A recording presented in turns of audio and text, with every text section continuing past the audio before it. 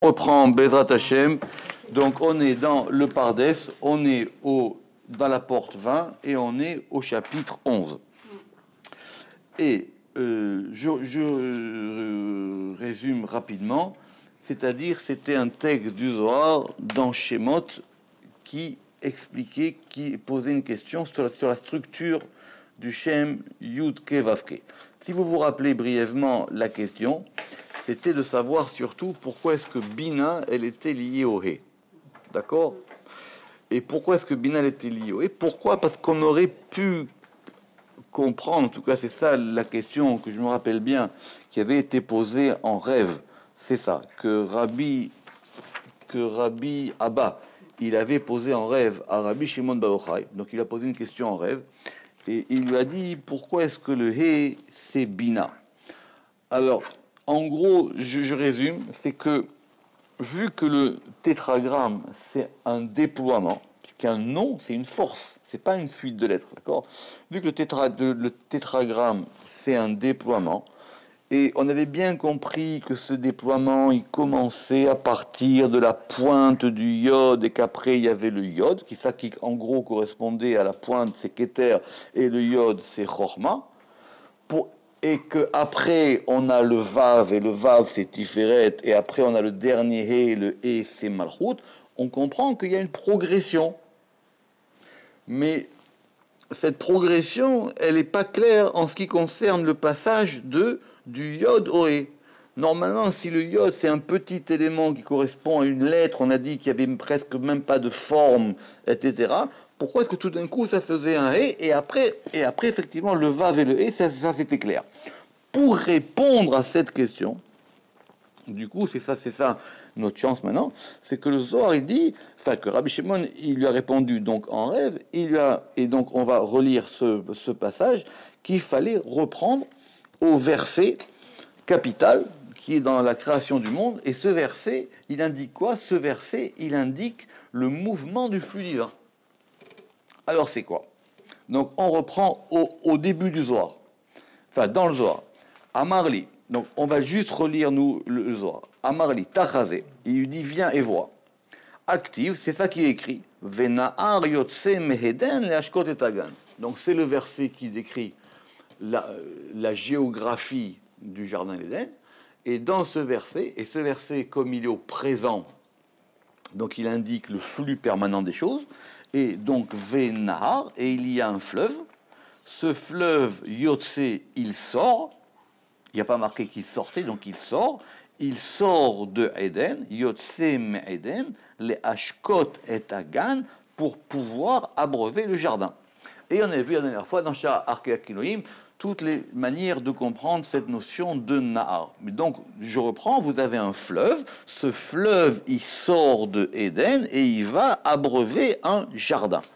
Le fait que le jardin, c'est là où c'est. Donc en gros, ça veut dire qu'il va se déverser et il va apporter, il va abreuver, il va apporter de l'eau dans le jardin. Le jardin, Gan c'est 53. Le jardin, c'est clair que c'est lié à la Malchut, c'est lié au degré du He d'en bas. Ça, c'est facile. Maintenant, la question, c'est de savoir quel est ce flux. D'accord? Alors, on va juste relire le Zohar et on va reprendre l'explication. Manhu na'ar de yotsem Eden, qui est ce fleuve qui sort de Eden? On avait dit, le Zohar il a dit, da bina, c'est la bina. Donc si il sort de Eden, alors il faut aussi bien entendre le Eden dans les deux sens. Hein. Il s'appelle Eden, mais Eden aussi, ça veut dire aussi, c'est le jardin du délice.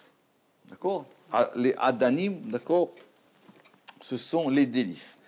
Donc, et ce fleuve, il sort de Eden, Ashkot et Agan. Il a dit, Man una ardi yotsem Eden da Bina. Quel est ce fleuve qui sort de Eden? Ça, c'est Bina. Ah, bon, alors le Ramak, si vous vous rappelez, il avait dit la dernière fois que c'était par contre que c'était marqué en toutes lettres dans le Zohar, Velet Eden et la Keter Elion. Il n'y a de Eden que le Keter supérieur. Effectivement, ce degré le plus haut de la félicité, ça s'appelle le Eden. Et le Zohar là-bas, il dit que c'était lié à Keter. Donc, on reprend le Zohar. Ou Beginda, ou Nahar, donc ce Nahar, Yud Satim Begave. Donc il y a un yod qui est caché en lui. Ve yod Pashit Ne'ara Da Mikol Citroï. Et le yod, il déploie ce fleuve-là de tous ses côtés. Ve'afikat ben tachuta, et il fait sortir un fils qui est en dessous de lui, des ou vav. Keravnada, de cette manière, et c'est quoi de cette manière? C'est qu'on va écrire le he dalet vav. Les bata, olidat aiben, et après il va enfanter ce fils, veshave les kamé, et il va le placer devant lui. Et c'est comme ça qu'on va obtenir au Berinkar Yud Kevav. Autrement dit, la séquence, elle serait non pas Yud He Vav, mais elle serait Yud Dalet Vav Vav. Et le Dalet et le Vav feraient un Vav. Pardon, feraient un He. Ou Beginkar Yud Kevav, de A Vav Lekame, parce que le Vav qui est devant lui, Yativ, il se tient les yinka les pour pouvoir téter de lui. Ve'alkar taninan, et c'est pour ça qu'on a enseigné dans notre Mishnah que le he dalet avat. Le he auparavant il était un dalet. Mais de itrabar de chura ima, et quand c'est associé le masculin avec elle, itaberat mehad ben, et elle est enceinte d'un fils, veikre, et ça s'appelle le he. Les bata, et donc après, olidat veafikat vav, et après, elle va enfanter et faire sortir un vav. Veu ben vekaim nekame, et ça c'est le fils, et il se tient devant lui. Ve'al ha'iktiv, et c'est pour cela qu'il est écrit Ve'na'ar yotse me'eden, il y a un fleuve qui sort du Éden. Mine nafak vadai, de lui il sort assurément, c'est-à-dire il sort vraiment de Éden. Les hashkot et tagan, pour pouvoir abreuver le jardin. Les yinkale, pour pouvoir l'abreuver. Donc on reprend notre explication dans le Zohar. Donc, conclusion. Et le Rama qui avait dit, alors, mais maintenant, si on veut essayer de comprendre d'où ça sort, etc., il dit, de toutes les manières, le verset dit yotse. Donc, si veut dire, vous vous rappelez, donc si ça veut dire yoté, ça veut dire il sort. Donc, il sort directement. Donc, ve'ata izdak yotse. Et donc, c'est maintenant pour qu'on peut expliquer cette notion de yotse. Chez ou mamash yotse me chorma, c'est-à-dire que vraiment il sort de chorma. Veizdak lachon nahar chez inikret nahar. Et donc ça voudrait dire quoi? Ça voudrait dire que Eden il est chorma, c'est ça, et nahar il est bina. Voilà, d'accord, c'est là où on en est maintenant. On en est que le Eden, il est Chorma, et le Nahar, il est Bina. Veizdak lachon Nahar, shinikret Nahar, et elle est appelée Nahar. Et en plus, pourquoi ça nous arrange? Pour ceux qui sont forts en hébreu, Ramak ici. Veizdak lachon Nahar, parce qu'elle est appelée Nahar. D'accord? Et Nahar, c'est un féminin, Neharot. D'accord? Veizdak lachon Eden bechorma, et on peut attribuer Eden à Chorma al tzad Ashala par un emprunt. Parce que normalement, pourquoi parce que c'est par un emprunt? Parce que normalement, Eden, c'est Keter. Donc, on reprend, on nous explique un flux. Ce flux, je reprends, simplement. On nous explique un flux. Le flux, vous avez... Parce que le verset... C'est très complexe, mais c'est toujours pareil. Le verset, il va dans quel sens? Le verset, il dit qu'il y a un fleuve qui sort de Éden pour aller vers le Gan. Mais le mouvement, normalement, c'est quoi? C'est la provenance, le vecteur et la destination. Le verset, il a commencé par quoi? Le verset, il a commencé par le vecteur. Vena'ar yotse me'eden le'ashkot et agan. C'est ça qui est difficile à comprendre. Or, nous, on veut retracer le flux. Donc, si on retrace le flux, on a donc quoi? On a donc Eden, Nahar, Gan. Il faut que ce soit clair pour vous. C'est de la grammaire. Et c'est la structure. La Torah, elle t'a expliqué d'abord qu'il y a un vecteur. Ce vecteur, il vient de quelque part et il va quelque part. D'accord? Nous, quand on veut comprendre, on voit d'abord, alors, d'où il vient, où est-ce qu'il est, et où il va. D'accord?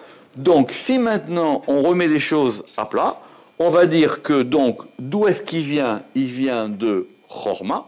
Le fleuve, il est Nahar. D'accord? On en est là. Et maintenant, on veut comprendre comment ça fonctionne. Veizdak, donc je relis. Veizdak lachon Nahar shei nikret Nahar, parce qu'elle est appelée Nahar. Et donc, on avait fait la dernière fois Shar Akinoim sur Nahar. Veizdak lachon Eden bechorma. Et donc, on peut attribuer Eden à Chorma, Atzad Ashala, par un emprunt. Parce que pourquoi? Parce que normalement, Eden, c'était Keter. D'accord? Donc maintenant, Keter Chorma, on peut attribuer à Chorma quelques-unes des caractéristiques de Keter. C'est ça qui veut dire quand il dit Al-Tsad Ashala. C'est une métaphore. Ou Berinkar, Aounar Yod Satim Begave. Très bien. Alors, Pirouche, Lirmoz el Mekom Motsao ou Mekom Atsiluto. Maintenant, quand on va voir ce fleuve, qui est par rapport au lieu d'où il sort. Ou Mekom Atsiluto est le lieu d'où il est émané.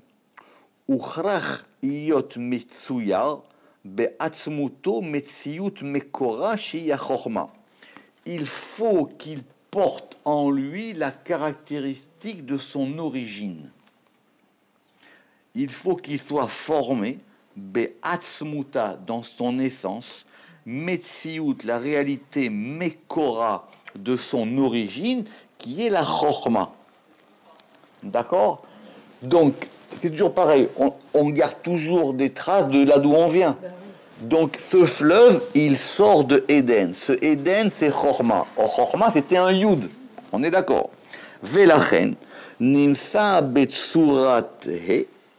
Et c'est pour ça que ce fleuve, qui est donc Bina, qui est donc le He, il va se trouver dans la forme d'un He, mais Bedalet Shela. Alors maintenant, écoutez bien. Ce He, on va considérer le Dalet, Bekotsa a Emtsaït, dans la pointe centrale. Av, elle est épaisse, Betsurat Yod, dans la forme d'un Yod. L'irmozel Mekora shi Chorma kedepirashnu, pour indiquer sa racine qui est la Chorma. De quel point on parle? Quand vous allez faire un Dalet, eh ben, du côté, si je ne me trompe pas, M. Seban, du côté gauche, la pointe gauche, enfin, c'est pas la pointe centrale, c'est la pointe gauche du Dalet en haut, elle est incurvée comme un Yud. C'est ça, M. Seban? Mais même la pointe. Ça veut dire que si on reprend ça, c'est-à-dire que quand on va commencer à écrire un Dalet, eh ben, on va commencer par faire un Yod qui indique la provenance. Ça veut dire, en gros, de là, c'est là d'où il provient. Veyod pashit ne'ara da mikol sitroy. Et ce yod, il va déployer ce fleuve de tous les côtés. Yadouan she'atzilut chesed din v'rahamim u'me'abina. Évidemment, on sait que l'émanation de chesed, qu'est-ce qu'on a dit, de chesed, gvura et rachamim, ça provient de la bina. Bien que la bina, ce ne soit pas leur principe, mais en tout cas, c'est la mer, ça provient de là, d'accord? Im kolze, netsalu aliada. De toutes les manières, ils ont été émanés par elle.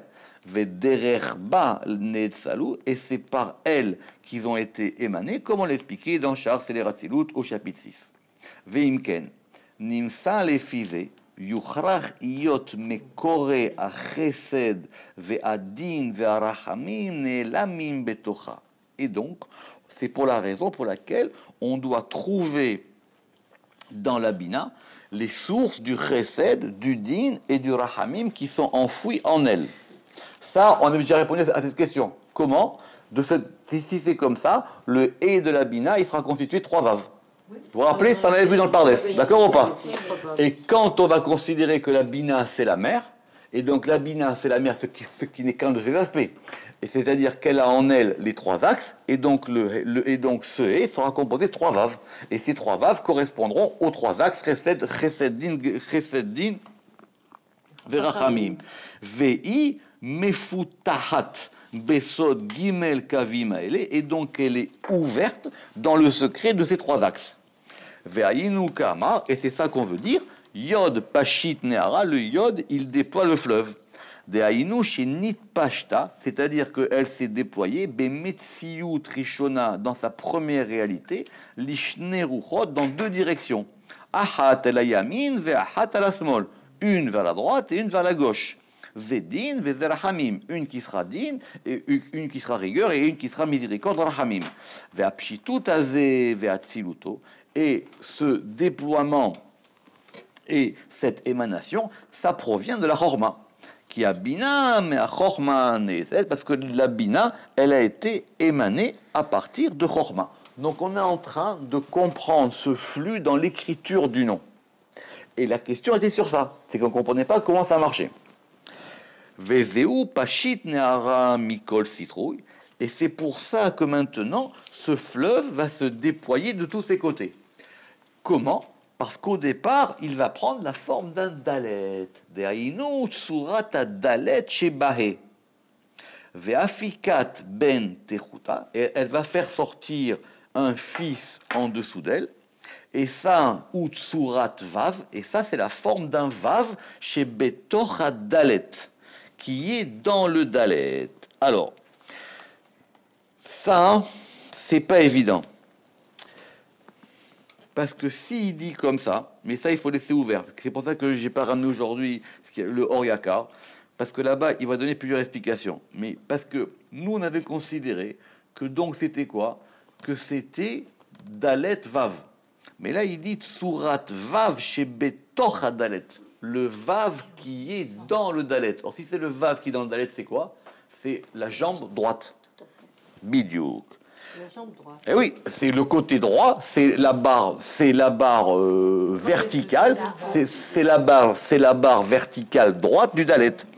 Allié des zivug vechibour sheni, par une union et une liaison seconde, comme il sera expliqué plus tard, quand on a dit que le he dalet ava, que le he était d'abord un dalet, et cela sera expliqué.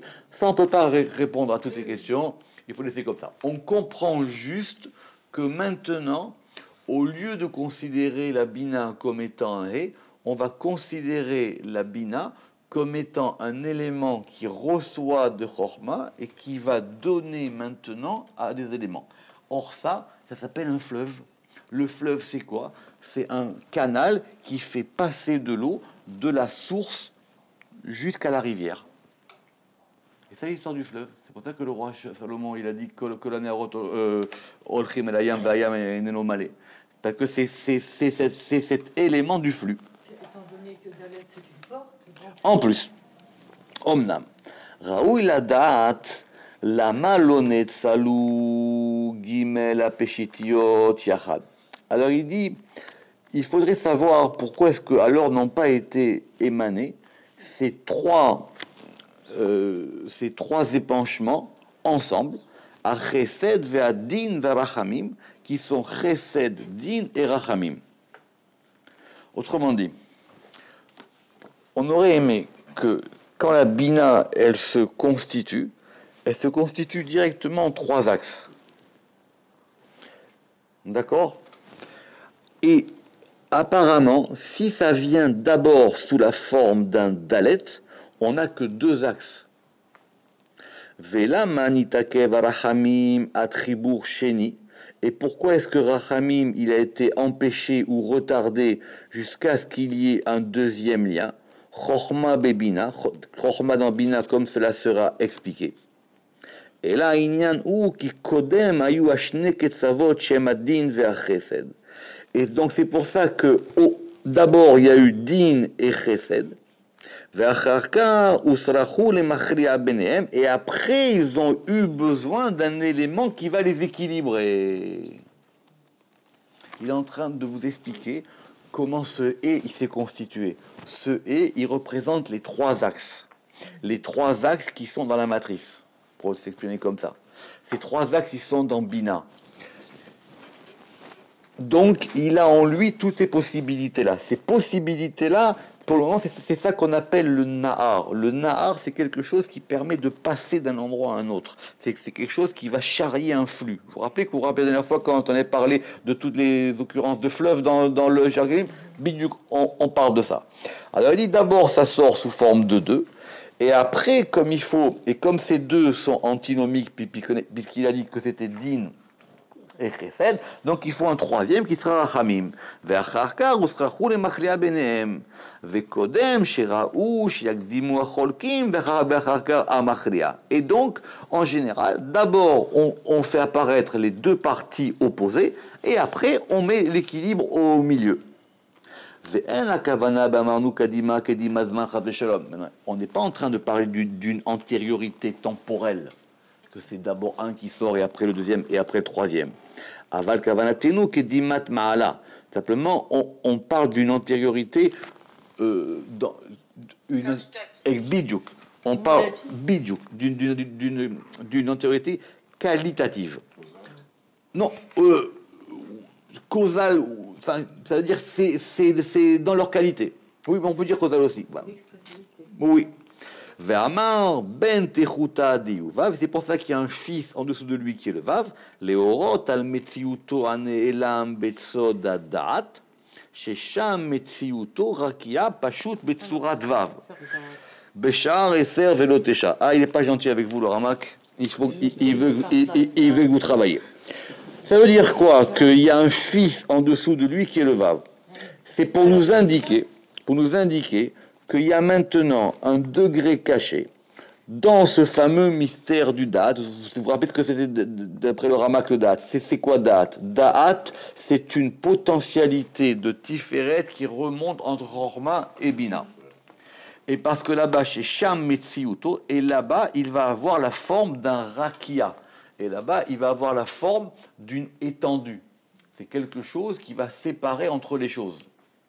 D'accord? D'ailleurs, non, rakia, c'est une étendue. D'ailleurs, c'est pour ça qu'en général, quand on dira que le vav, il est rakia, ça veut dire qu'il sépare entre les choses. Alors, toujours pareil. On dira, soit il est da'at, soit il est isod. Oui, betsurat vav, et il est dans la forme d'un vav, comme on l'a expliqué. Et c'est pour ça qu'on a dit qu'il est en dessous de lui, à Kavana, chez les mata mimena, pour indiquer qu'il est en dessous d'elle, bilvad. Ve'adain eno ben agdula ve'agvura, mais il n'est pas encore placé au milieu entre Gedula et Gvura, parce qu'il est pour le moment dans le mystère de Da'at, Besoda Da'at, à Pashut, qui est le simple, Beli Bechinat Adin ve'achesed, sans avoir intégré en lui le din et le chesed. Quand c'est Da'at, il n'est pas encore intermédiaire. Pour qu'il soit intermédiaire, il faut qu'il reçoive des deux côtés. L'intermédiaire, celui qui est au milieu. Quand il est au milieu, ça veut dire qu'il reçoit des deux côtés. Pour le moment, quand il va sortir, il est juste un degré en haut, qui va s'appeler le degré où il a qui s'appelle ce degré de date. C'est-à-dire comment dire que la chose elle est connue mais elle n'est pas encore exprimée.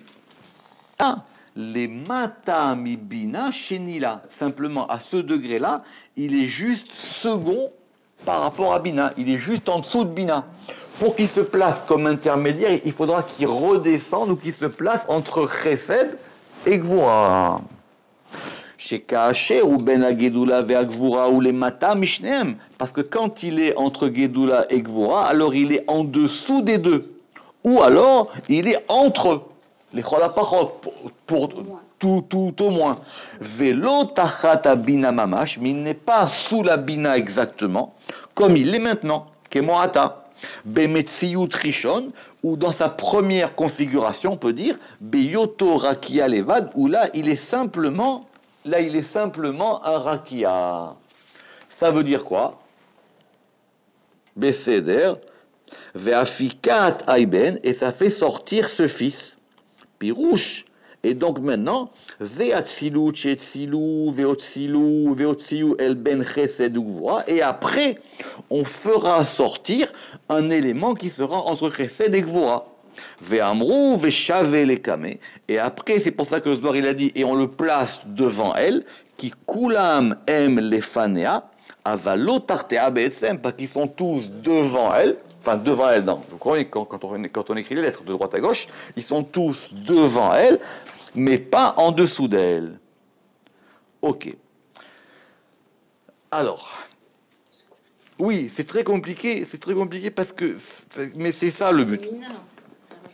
Oui, mais alors justement, donc ça veut dire que ce sont toutes ces forces qui travaillent au sein du féminin qui s'appelle la bina. Exactement.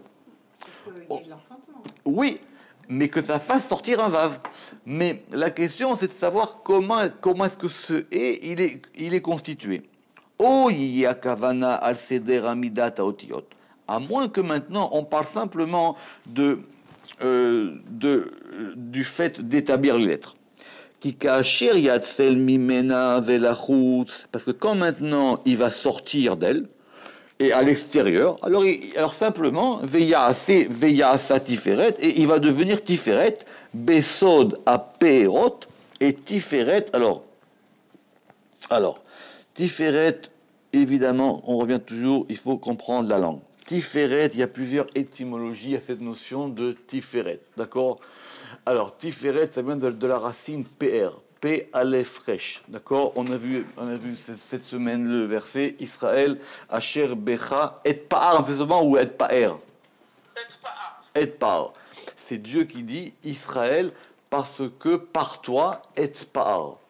Alors, en général, c'est pour ça qu'on traduit Tiferet par beauté. Ça veut dire par lequel je m'embellirai, d'accord? Mais PR, c'est marqué dans la Torah PR à Mikbaot. PR, c'est une coiffe, c'est une parure. Et en plus, PR, parure, ça rassemble. Et c'est comme ça qu'on a décidé, nous, de traduire Tiferet comme étant la parure. D'accord? C'est le degré de l'embellissement. Mais c'est vrai que la notion de beauté, c'est pas faux, mais ça ne veut pas dire beau, quoi. Mais c'est le fait, quand on se pare, c'est qu'on s'embellit. Ce sont les atours qu'on met une fois qu'on a terminé de s'habiller. C'est ça la parure. Et donc il dit, alors maintenant il dit simplement, considérons que quand ça va sortir, donc il va devenir Tiferet. Et c'est quoi Tiferet? Cela sera les apéérot, cela sera les parures, ve'agvanim, les couleurs, les nuances, She'em a chesed ve'adin ve'rachamim, qui sont chesed, din, rachamim, parce qu'il contient tout en lui. Yud, kevav. D'accord? Az, ou les filles aimaient, ou az, ou les filles, ou l'ifne imo, et donc là maintenant il va se placer devant sa mère, les chassot aléa, pour pouvoir la... oui, on avait dit. Oui, alors c'est tout ce qu'on avait vu dans le chapitre précédent. Comme on avait vu dans le chapitre précédent. Vous vous rappelez cette histoire, le fils qui veut protéger sa mère. Vezeu les kama, et c'est pour ça qu'on a dit qu'il est devant elle. Pirouche les fanea. D'accord? Il se tient, il est devant elle. Les fanea. Les alima, pour pouvoir la cacher, mais amabitim, de ceux qui veulent la zioter. La voir. Zioter. Les habits, c'est zioter, regarder, scruter, etc. Qui a elem, si bat aïd galout, parce que le fait de cacher, c'est la cause du dévoilement. Ve'agilou, si bat elem, et le dévoilement, il est la cause de ce qui est caché. Comment vous comprenez cette phrase-là? Qui a elem si bat aïd galout, ve'agilou, si bat elem. Pas mal, c'est assez compliqué. Il dit parce que le fait de cacher une chose, c'est la cause pour laquelle après on va la dévoiler. Et le fait de dévoiler une chose, c'est la cause pour laquelle après on va la cacher. ou mevoaru, et il est connu et expliqué, qui allié des gilouï à Tiferet, qu'en dévoilant le Tiferet, effectivement, ne'elema abina, alors on va cacher Bina. On met les enfants devant pour cacher la mère. Quand les enfants se dévoilent, alors du coup, ça permet de recouvrir les parents d'un voile. Et quand les parents se mettent en avant, c'est parce qu'ils veulent cacher les enfants. Ça, c'est quelque chose de... Alors, c'est pour ça qu'on a dit Ve'alken taninan he dalet avad, que le he était un dalet, qui noda, eyot yichud yod be'e, kederer yichud vav be'e, kedepirashnu b'shamaut anaga, perek yud gimel. Alors, parce qu'effectivement, il devrait être connu que l'unification du yud et du he, il correspond à l'unification du vav et du he. Ça veut dire quoi? Quand vous avez le tétragramme Yud, Ke, Vav, Ke, vous avez en gros deux couples. Vous avez le Yud qui s'unit avec le He et le Vav qui s'unit avec le He. C'est pour ça que ça peut se séparer les deux ensemble. Ou l'Iyot, Metziut, Tiferet, Rakia, Mitpachet, Mitzala, Chorma. Et maintenant, puisque Tiferet, il est ici considéré comme étant un Rakia, qui va, c'est-à-dire une étendue, qui va se déployer du côté de la Chorma, et comme il y a à ce niveau-là, il s'appelle qu'il est Besodadat, comme on l'a expliqué dans la porte 10 et non 9 et dans les autres portes. D'accord? Puisqu'il est maintenant à ce degré plus haut. Velachen. Aïta abina dalet. C'est pour ça que la bina, elle était un dalet. Kilo aya adain atzilut akava emsaï. Parce qu'il n'y avait pas encore de ligne. Parce qu'il n'y avait pas encore de ligne médiane. Alors, Ah, c'est quoi? question. Donc, si vous considérez que ce hé, il est fait de 3 vaves, si vous considérez que ce hé, il est fait de 3 vaves, écoutez-moi bien, c'est une question qu'on a vue. Donc, le vav de droite, il est chesed, le vav de dessus, il est gevura, et le vav de gauche, il est tiferet. Eh oui, c'est que c'est un dalet. La reine a été abinat dalet, qui lo aya daïn atzilut akava emsaï, amemutsa achi atzilu achorma bebina, ou misham yatsalim komo. Vezeu dalet avat. Et c'est pour ça qu'on dit que c'était un dalet. Shiu koachadin ve'achesed babina levad.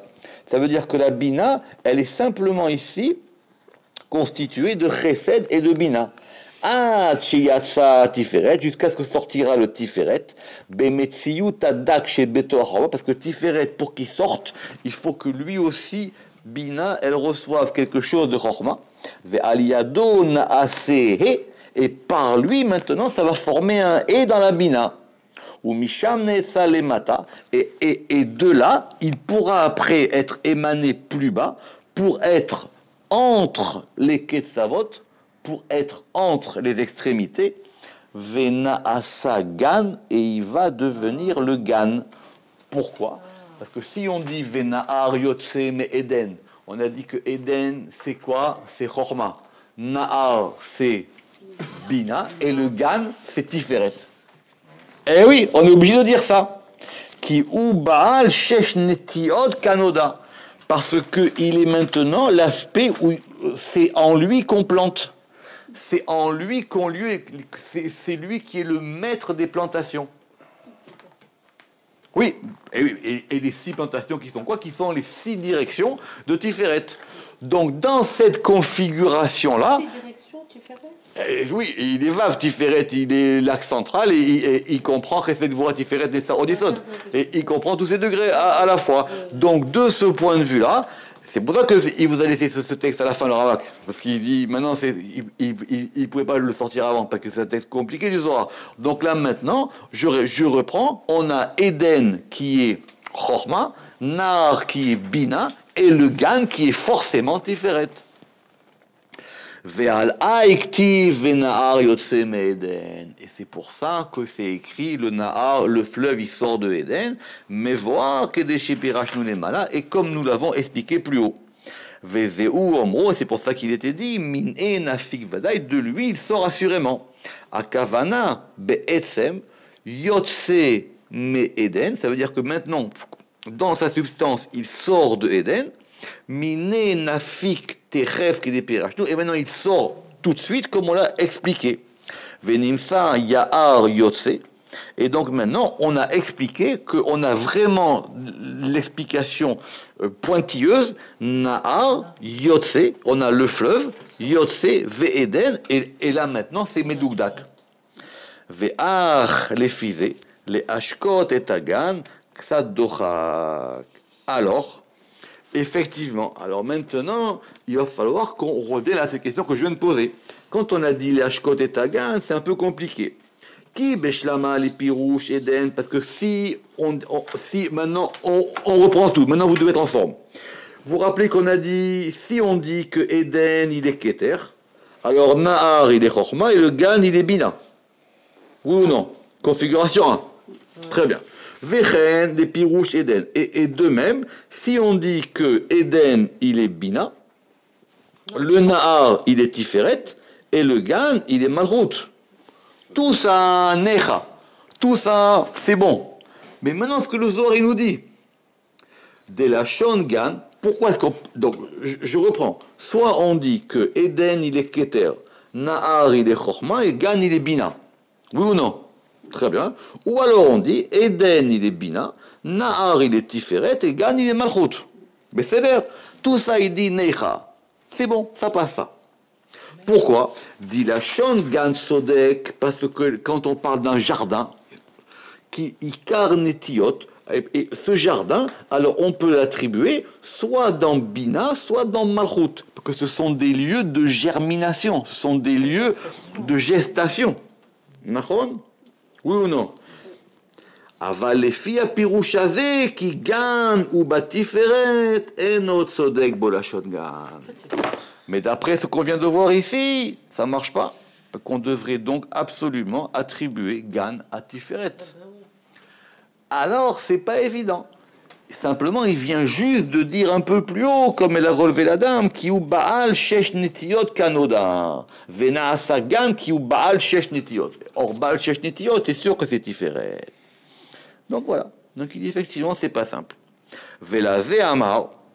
Et c'est pour ça que le Zohar il termine, et parce que cette chose est un peu difficile à comprendre, que le dernier mot du Zohar, il a dit quoi? L'inkale, pour pouvoir l'abreuver.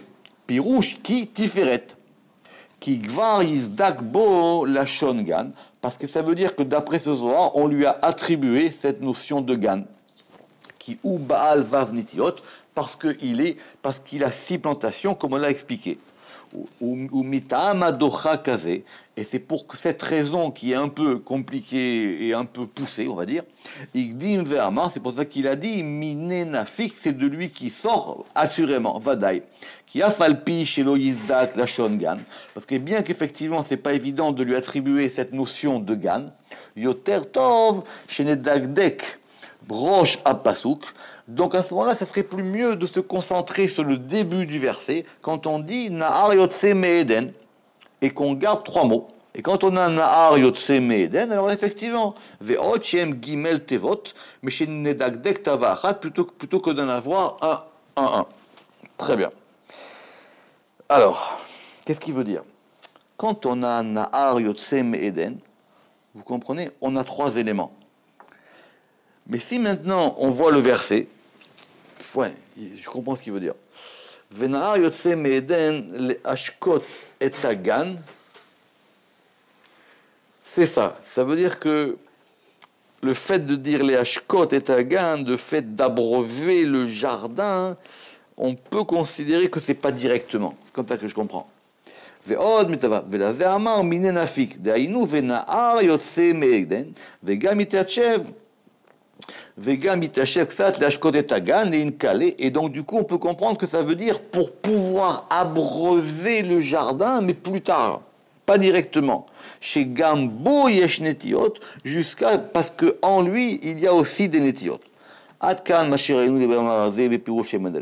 dit maintenant je ne peux pas aller plus loin dans l'explication de ce chapitre, de ce passage du Zohar à propos du tétragramme du nom de 4 lettres.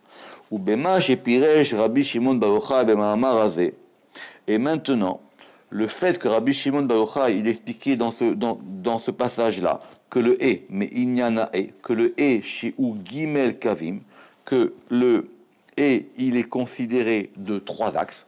Conclusion. Aka vayemani yamashur lemata chesed. L'axe de droit qui est tiré vers le bas, c'est chesed. Agag amashur lemala kavasmali gvura. Le toit qui est au-dessus et qui est à gauche, il est gvura. Ve'ava vaemsaï tiferet. Et le vav qui est milieu, il est tiferet, donc il se retrouve à gauche. Et ça correspond. Ça